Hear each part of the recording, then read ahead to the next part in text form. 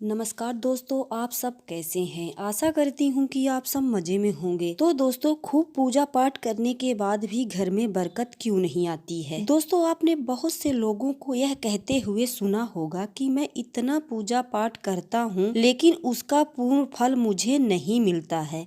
इस वीडियो में हम बात करेंगे उसका कारण क्या है। असल में जाने अनजाने में कुछ लोग पूजा के दौरान में कई तरह की गलतियां कर बैठते हैं, जिनकी वजह से उन्हें पूजा का फल नहीं मिल पाता है और पूजा अधूरी रह जाती है।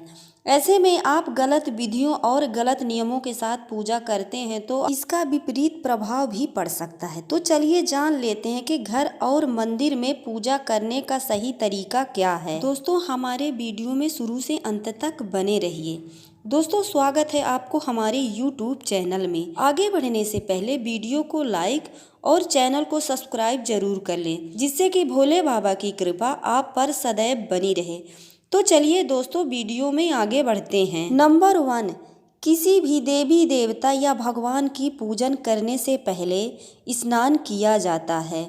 स्नान के पश्चात शांत मन से भगवान के सामने आसन पर बैठा जाता है। पूजा कभी भी खड़े होकर नहीं करनी चाहिए और ना ही खाली फर्श पर बैठकर पूजा करनी चाहिए। कुछ लोग पूजा करते समय जमीन पर ही बैठ जाते हैं, जो कि बिल्कुल गलत है।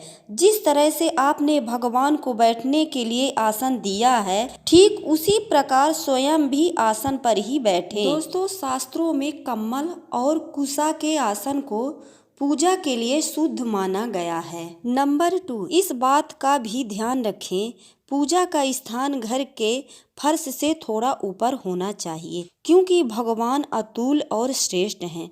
इसीलिए आप अपनी बराबरी में उनकी पूजा ना करें। पूजा के लिए भगवान को किसी चौकी में या फिर फर्श से ऊंचे स्थान पर स्थापित करें।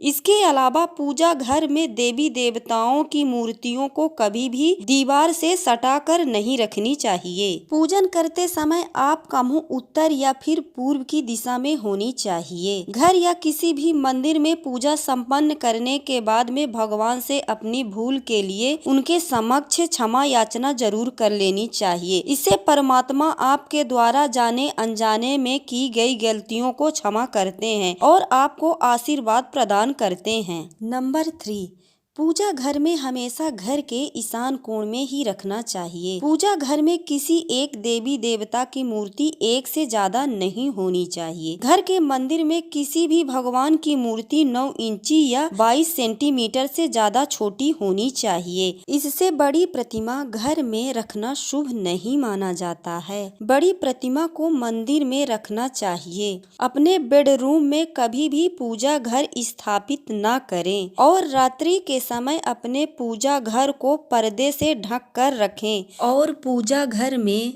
आने वाली सभी चीजें जैसे शंख, घंटी, प्रसाद के बर्तन, दीपक, शिवलिंग, जनेऊ, भगवान शालिग्राम को साफ सुथरे कपड़े के ऊपर रखने चाहिए।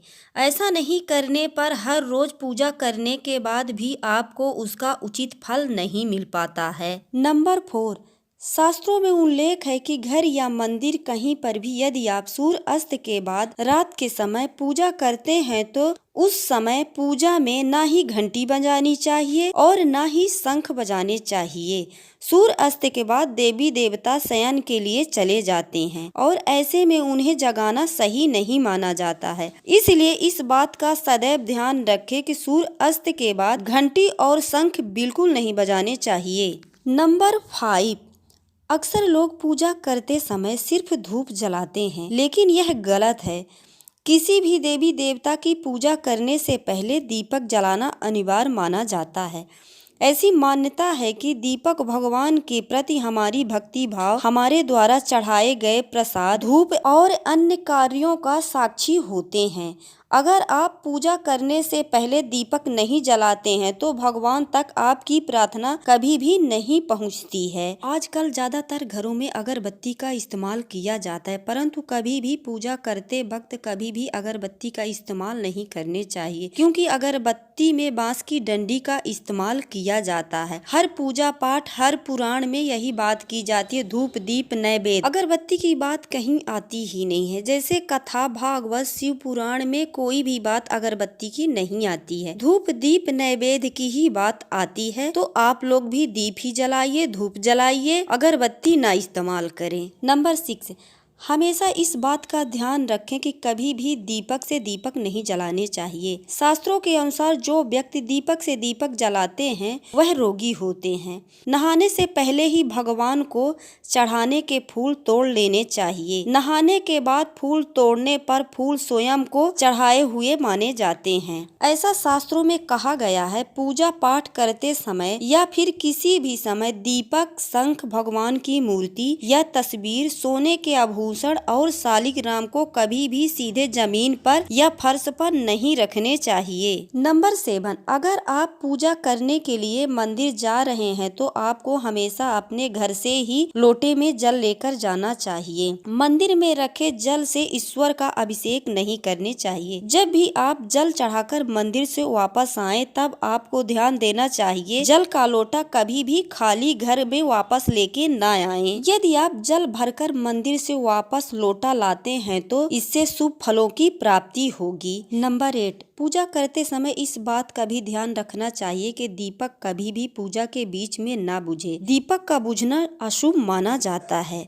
यदि आप पूजा कर रहे हैं दीप जला के तो दीपक नहीं बुझना चाहिए। आपको ध्यान देना चाहिए कि दीपक ना बुझे। नंबर 9, वास्तु शास्त्र के अनुसार घर के मंदिर में कभी भी कबाड़ या भारी चीज नहीं रखनी चाहिए। घर के मंदिर में सिर्फ भगवान की मूर्ति और तस्वीर ही होनी चाहिए। वास्तु शास्त्र के अनुसार घर के मंदिर में कभी भी मृतकों और पूर्वजों की फोटो नहीं लगानी चाहिए। पूर्वजों की फोटो हमेशा घर के दक्षिण दिशा की दीवार में लगानी चाहिए। घर में कभी भी खंडित मूर्तियां और खराब हो चुकी तस्वीर न रखें। इससे घर में नकारात्मक ऊर्जा का संचार होता है। पूजा घर में अगर कोई भी मूर्ति टूट जाती है तो उसे तुरंत नदी में प्रवाहित कर देनी चाहिए। ऐसी मूर्ति को मंदिर में रखने से पूजा का शुभ फलों की प्राप्ति नहीं होती है, तो इस बात का आप जरूर ध्यान रखें। दोस्तों, हमारी जानकारी यदि आपको अच्छी लगी तो कमेंट में जरूर बताइएगा। हर हर महादेव।